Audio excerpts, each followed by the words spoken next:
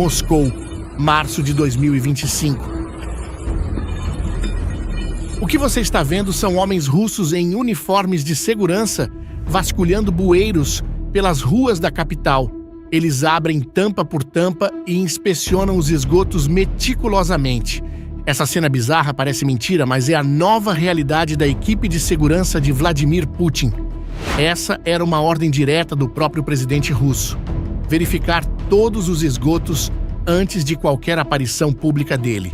Há meses atrás, Putin já estava vivendo em estado de paranoia total, com medo de que assassinos ucranianos brotassem do chão para eliminá-lo. Mas o que aconteceu recentemente certamente deixou Putin absolutamente apavorado. Em 29 de maio, na cidade de Stavropol, as câmeras de segurança capturam tudo. Um homem caminha por uma rua escura, telefone no ouvido. Ele se aproxima de sua reunião marcada. Este é Zaur Gurtsev, um herói de guerra de Putin e vice-prefeito da cidade. Ali, ele e outro homem se encontram perto de uma fileira de carros. Em pouco tempo, uma explosão. Quando a fumaça se dissipa, Gurtsev está no chão, morto. O homem que veio encontrá-lo também não resistiu. Mas aqui está um detalhe que mudou tudo. A explosão não veio de um carro-bomba como muitos imaginavam. Também não veio de um drone. A explosão veio dali mesmo, no meio dos dois homens. A Ucrânia acabara de executar seu primeiro ataque kamikaze em solo russo. E Putin entendeu que seus piores pesadelos estavam se tornando realidade. Para entender por que esse assassinato abalou tanto os russos, precisamos conhecer quem era Zaur Gurtsev. Para a Rússia, ele era um herói.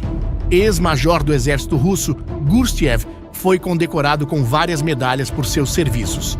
Desde outubro de 2024, ocupava o cargo de primeiro vice-prefeito de Stavropol, uma posição que aparentemente foi criada especialmente para ele. Gurtsev era um dos primeiros participantes do programa Tempo de Heróis de Putin. Esse programa foi criado justamente para promover veteranos da invasão da Ucrânia a posições importantes no governo russo.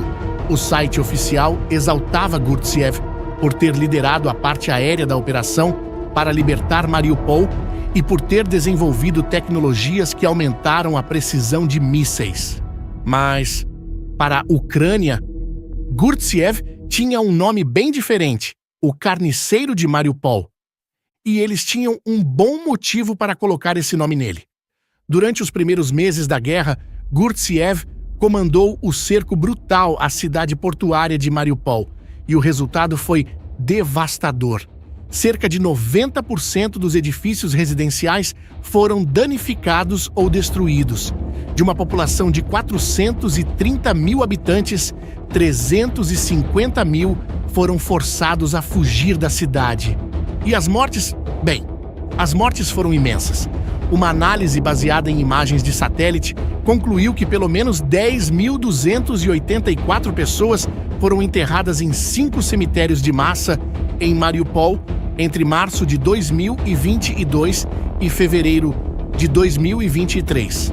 Dessas, cerca de 8.000 foram consideradas mortes em excesso, diretamente atribuídas às ações russas comandadas por Gurtsev.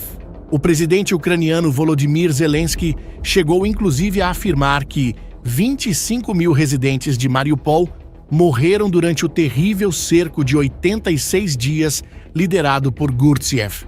A cidade que outrora era cheia de vida se tornou irreconhecível. Como você já deve imaginar, para a Ucrânia, eliminar Gurtsev não era apenas vingança, era justiça. Mas a forma como eliminaram Gurtsev representa algo completamente novo nesta guerra. Os investigadores russos descobriram que o homem não identificado que se encontrou com Gurtsev havia alugado um apartamento perto do local da explosão. As imagens de segurança mostram ele caminhando em direção a Gurtsev enquanto falava ao telefone. Depois, uma breve pausa antes da detonação. O detalhe crucial é que a explosão aconteceu entre os dois homens, não de um dos lados. Isso levou à teoria de que esse agente ucraniano estava carregando explosivos e executou um ataque suicida. Se essa informação for confirmada, isso marca uma evolução significativa nas operações ucranianas. Embora a Ucrânia já tenha usado carros-bomba para assassinatos, o emprego de um homem-bomba indica um novo nível de comprometimento. A disposição de um operativo em sacrificar a própria vida para atingir um objetivo torna esses atacantes muito mais difíceis de se defender. Essa escalada tática forçou a Rússia a adotar medidas de segurança interna ainda mais extremas. Pare para pensar. Se a Ucrânia está disposta a enviar agentes kamikaze centenas de quilômetros dentro do território russo, quem mais pode estar na mira? E se você pensa que Gurtsev foi um caso isolado, deixa eu te contar uma coisa. A Ucrânia tem conduzido uma campanha encoberta cada vez mais sofisticada dentro das fronteiras russas. Uma iniciativa que visa minar o esforço de guerra da Rússia e demonstrar que nenhum lugar é seguro. Quer um exemplo? Em outubro de 2022, a Ucrânia atacou a ponte da Crimeia, símbolo da anexação russa. Naquela ocasião, um caminhão-bomba explodiu na ponte, causando o colapso de parte da via rodoviária. O mais impressionante de tudo é que a operação foi planejada por 6 meses, com explosivos transportados através de vários países para evitar controle russo. O resultado foi devastador. O ataque interrompeu o tráfego por 22 dias. Em dezembro de 2024, em plena Moscou, um outro ataque. Agentes ucranianos eliminaram o tenente-general Igor Kirillov, comandante das Forças de Defesa Radiológica, Química e Biológica da Rússia. Um assassinato no coração da capital russa. Nesse ano, também tivemos mais operações como essas.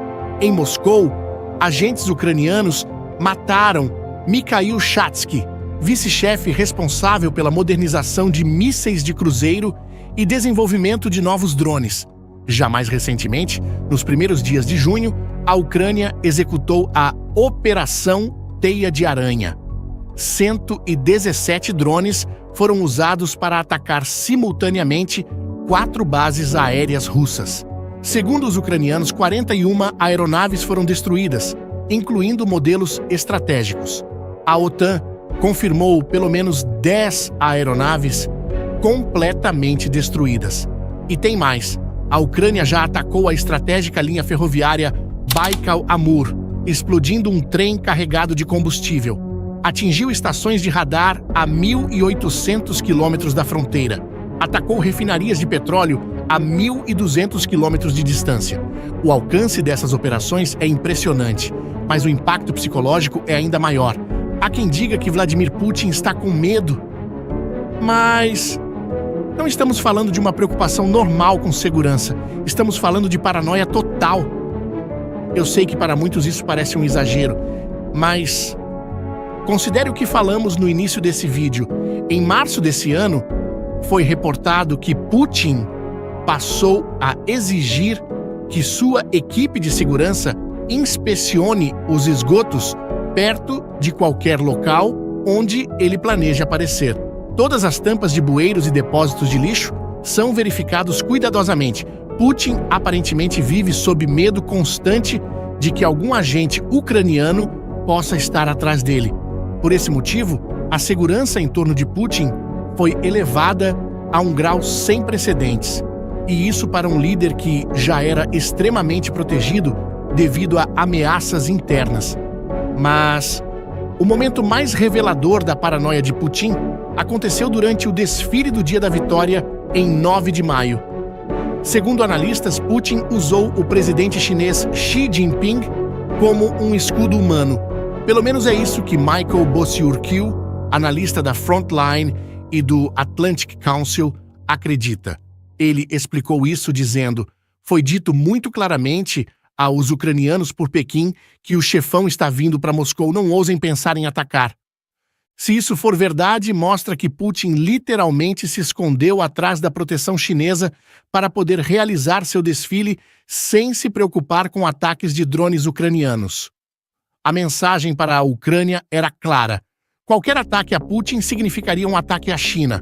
Mas Não é só Putin que está com medo nessa história toda. Centenas de milhares de russos estão na Tailândia, temerosos de voltar para casa devido à possibilidade de recrutamento forçado ou por medo de novos ataques da Ucrânia em território russo.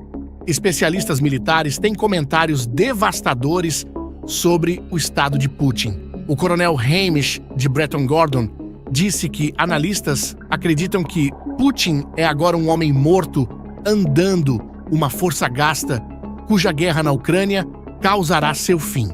Ele compara Putin a um czar preocupado com os bolcheviques se reunindo nos portões, porque internamente as coisas estão terríveis na Rússia. Mas talvez o exemplo mais bizarro da paranoia de Putin tenha acontecido em maio, na região de Kursk. Foi exatamente aqui que essa história ficou bastante estranha, para dizer no mínimo. Em 21 de maio, Putin fez sua primeira viagem à região de Kursk desde que a Rússia conseguiu expulsar as forças ucranianas da área. Durante a visita, foi reportado que o helicóptero de Putin ficou sob fogo de drones. Parecia ser uma tentativa direta de assassinato. Mas depois, em 31 de maio, fontes russas anônimas revelaram algo chocante ao jornal The Moscow Times. O incidente foi completamente fabricado pelo próprio Kremlin. Mas como assim fabricado? Segundo essas fontes dentro do governo russo, o suposto ataque de drone foi uma encenação orquestrada para gerar simpatia por Putin dentro da Rússia. Uma das fontes explicou qual era o objetivo da farsa, dizendo: "Russos queridos, olhem, o próprio presidente Putin está sofrendo, atormentado e até arriscando a própria vida. Seus problemas são insignificantes. Vocês devem cerrar os dentes e aguentar." Em outras palavras, a mensagem era: se até Putin está arriscando a vida pela guerra, vocês russos não têm direito de reclamar dos seus problemas.